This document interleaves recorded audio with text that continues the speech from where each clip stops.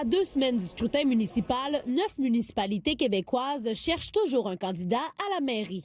Marchand-Amie, Carole, bonjour. Saint-Benjamin, en Beauce, fait partie de ces municipalités sans candidat. Merci beaucoup. Le propriétaire de l'épicerie du village, qui a déjà siégé au conseil municipal, croit connaître les raisons derrière ce manque d'intérêt pour la politique municipale.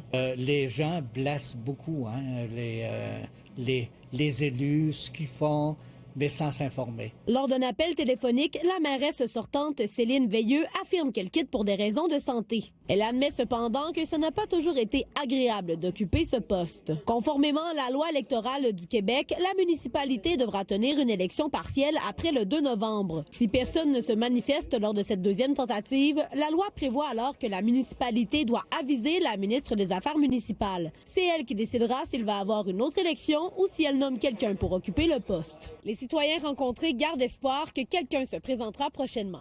Il va sûrement en avoir. J'ai pas vraiment d'inquiétude. Je pense qu'il y a quand même déjà des conseillers qui sont en place, qui sont une bonne gang aussi.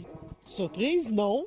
Inquiète non plus. Ça a l'air compliqué. D'ici là, le conseil municipal continue de gérer les affaires courantes sans maire. La réalité difficile de la politique municipale touche de nombreux secteurs. Dans la région de Chaudière-Appalaches, le maire sortant de Saint-Paul-de-Montmagny, Alain Talbot, a été victime d'une attaque cet été lorsqu'un citoyen a brisé le pare-brise de son véhicule à l'aide d'une brique. Il ne se représentera pas aux prochaines élections. Depuis la pandémie, là, le monde a la mèche courte, comme on dirait. On est là pour aider les citoyens à améliorer nos municipalités, nos petites municipalités. Puis il y a des fois que c'est pas toujours drôle, mais il y a des fois que c'est très agréable. À l'île d'Orléans, le maire sortant de Sainte-Pétronille a choisi de briguer un nouveau mandat malgré 2 années marquées par des confrontations et des tensions au conseil. Pourquoi, dans le monde municipal, on dit, dans le monde municipal, tu dois avoir une carapace, quand tu es en politique. On fait fi de tout ça. Je pense que si on mettait un peu d'accent là-dessus, ça aiderait à trouver des candidats potentiels. N'étant pas seul dans la course, son sort se décidera le 2 novembre prochain.